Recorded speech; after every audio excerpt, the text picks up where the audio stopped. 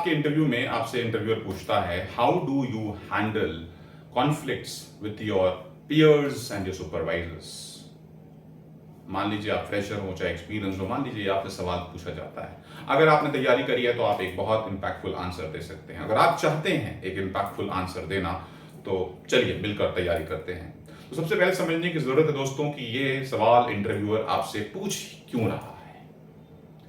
Interviewer जानना चाहता है कि कभी आप, क्योंकि जब आप 4-5 लोग काम करते हैं एक टीम में या दूसरी टीम्स के साथ काम करते हैं कंपनी में, तो आप जब भी एक चैलेंजिंग सिचुएशन आती है जहां पर कॉन्फ्लिक्ट्स होते हैं और जहां लोग होंगे वहां कॉन्फ्लिक्ट्स होंगे, क्योंकि वहां डिफरेंस ऑफ ओपिनियन होगा, तो आप उन डिफरेंस ऑफ ओपिनियंस को, उन कॉन्फ्लिक्ट्स को कैसे प्रोफेशनली मैनेज करते हैं, क्योंकि ये अक्सर होगा। तो ये इंटरव्यूअर के लिए जानना बहुत जरूरी है before he finally hires you. तो अब आपको यही दिखाना है, राइट। तो सबसे पहले समझने की कोशिश करते हैं कि क्या ऐसे पॉइंट्स हैं जो आपको ध्यान में रखने हैं। तो दोस्तों सबसे पहला पॉइंट तो आपको यही दिखाना है कि जब भी कोई कॉन्फ्लिक्ट होता है उसे सॉल्व करने के बजाय सबसे पहले तो आप ये ध्यान रखते हैं कि आप काम रहें और ऑब्जेक्टिवली उस कॉन्फ्लिक्ट को समझने की कोशिश करते हैं। आप रिएक्ट नहीं करते, आप हल्ला नहीं मचाते, अपने पॉइंट को प्रूव करने की कोशिश नहीं करते, आप रूट कॉज ऑफ कॉन्फ्लिक्ट क्या है उस पर जाने की कोशिश करते हैं। तो दैट इज ओनली पॉसिबल जब आप काम रहेंगे, शांत रहेंगे और ऑब्जेक्टिवली उस कॉन्फ्लिक्ट को हैंडल करने की कोशिश करेंगे।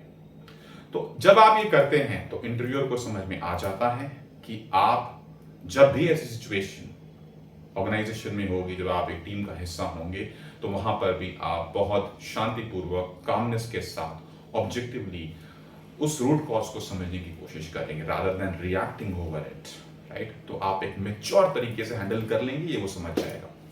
दूसरा दोस्तों, इफेक्टिवली कम्युनिकेट करना बहुत जरूरी है। इफेक्टिव कम्युनिकेशन में अपना पॉइंट प्रूव करना है, यहाँ ये इसको थोड़ा बाद में रखिएगा। सबसे पहले तो आप अपने आंसर में बताएंगे कि सर अगर कभी ऐसा होता है, कोई कॉन्फ्लिक्ट आता है, तो मैं सबसे पहले ये कोशिश करूंगा कि मैं उनको जिससे कॉन्फ्लिक्ट हो रहा है उनके ओपिनियन को, उनके पर्सपेक्टिव को सुनूं।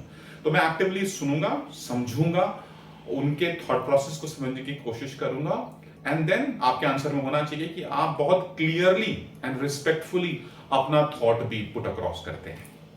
उनका सुन लिया, उनको इज्जत दे दी, फिर अपना भी बहुत क्लियरली और बहुत रिस्पेक्टफुली आपने प्लेस कर दिया। तो जब आप ये करते हैं, रिस्पेक्टफुली प्लेस करते हैं, तो ये बात उस तक भी पहुंच जाती है और फिर आप कहते हैं अपने आंसर में कि हम एक कॉमन कंसेंसस पर पहुंचने की कोशिश करते हैं, फोकस करते हैं सोल्यूशन पे, प्रॉब्लम पे नहीं। तो जब आप ये इंक्लूड कर लेते हैं अपने आंसर में, तो आपका इंटरव्यू समझ जाता है कि आप एक कॉन्फ्लिक्ट को, चाहे वो पीयर के साथ हो, चाहे वो सुपरवाइजर के साथ हो, आप हैंडल कर लेंगे।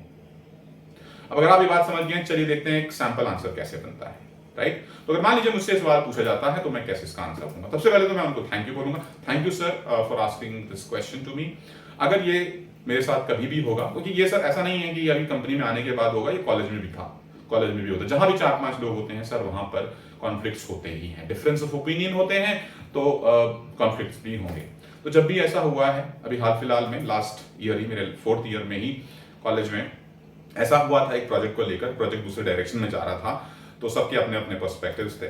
तो मैंने तो सबसे पहले जैसे ही कॉन्फ्लिक्ट आगे बढ़ा आया, तो सबसे पहले तो मैंने बहुत अपने आप को कामनेस के साथ और उसको आगे अप्रोच किया, उनके थॉट प्रोसेस को समझने की कोशिश करी, रिएक्ट नहीं किया। मुझे मालूम था कि वो कहीं ना कहीं किसी पॉइंट पर गलत भी हैं, पर रिएक्ट नहीं किया, उनको सुना, समझा और फिर अपने पॉइंट को भी क्लियरली, रिस्पेक्टफुली पुट अक्रॉस किया, बहुत प्रोफेशनल तरीके से सर उसको मैनेज किया और फिर कॉमन ग्राउंड्स ढूंढने की कोशिश करी, राइट। कॉमन सॉल्यूशंस ढूंढने की कोशिश करी, कंसेंसस लाने की कोशिश करी, प्रॉब्लम पर फोकस नहीं किया, रूट कॉज को समझने के बाद सॉल्यूशन पर काम करना शुरू किया, क्योंकि जब तक रूट कॉज नहीं पता होगा। तो जब हम मिलकर कोलैबोरेट होकर करने लगे और किसी को भी, मुझे अपने लिए, अगर मैं अपनी बात करूं तो मैंने अपने पॉइंट को पुश क्रॉस जब नहीं किया, तो मैं कॉलेज में उस प्रोजेक्ट को हैंडल कर पाया और सबने बाद में मेरी तारीफ भी करी कि तुमने जिस तरीके से डायरेक्ट किया, ये कॉन्फ्लिक्ट होते होते रह गया और हमने कोलैबोरेट करके काम को कर लिया और प्रोजेक्ट कंप्लीट भी हो गया। उसके बाद सर अभी लास्ट कंपनी में भी जब आई वाज वर्किंग, एक्चुअली वो इंटर्नशिप थी, तो वहाँ पर मेरे ओवर बडी थे, मेरे मैनेजर थे जो मेरे इंटर्नशिप में मैं जिनको रिपोर्ट करता था, तो उनके साथ भी कुछ टाइमलाइंस को और कुछ रिस्पॉन्सिबिलिटीज़ को लेकर कुछ कन्फ्यूजन हो गया था, कॉन्फ्लिक्ट हो रहा था। तो जब उन्होंने मुझे ये बात बताई तो मैंने भी उनको बहुत रिस्पेक्टफुली सुना, समझा, उनका थॉट प्रोसेस, उनका पर्सपेक्टिव, जो उन्होंने जिस तरीके से मुझे ऑब्जर्व किया, उन्हें बहुत कामनेस के साथ मैच्योरली मैंने उन्हें सुना, समझा। उसके बाद मैंने अपने पॉइंट अक्रॉस भी रखे कि सर ये रीजंस थे या ये शॉर्टफॉल था या मैं अब इस तरीके से काम कर रहा हूँ। बहुत रिस्पेक्टफुली मैंने उसको पुट अक्रॉस किया और उसके पीछे जो रीज़न था, जो रूट कॉज था, वो भी उनको समझाया और फिर उनकी बात भी समझी और फिर एक कॉमन कंसेंसस पे पहुंचे कि ये रीजंस थे, इसकी वजह से ऐसा हुआ और मैंने एक्सेप्ट भी किया, जहां मेरी गलती थी वहां पर मैंने एक्सेप्ट भी किया और फिर हमने मिलकर एक नेक्स्ट प्लान ऑफ एक्शन भी बनाया, जिस पर मैंने कहा कि मैं प्रॉमिस करता हूं कि मैं इस पर काम करूंगा और आपको इस पर रिजल्ट लाकर दिखाऊंगा। कॉन्फ्लिक्ट ओवर हो गया। तो अगर आप चाहते हैं इसी तरीके से कुछ आंसर देना, तो आपको इन बातों का ध्यान रखना पड़ेगा। आई होप आपको सैंपल आंसर अच्छा लगा होगा। आपको अगर आंसर देना पड़ा इस क्वेश्चन का कि how do you handle conflicts with your peers and supervisors, तो आप कैसे देंगे, लिखकर बताइए कमेंट सेक्शन में। आपको अगर ये वीडियो अच्छी लगी है तो लाइक करिए, सब्सक्राइब करिए, कमेंट करिए, मेरे चैनल अजित पनिकर ऑफिशियल को सब्सक्राइब करें और बेल नोटिफिकेशन जरूर दबाएं। मिलता हूं अगली वीडियो में, तब तक के लिए all the very best, take care, bye bye.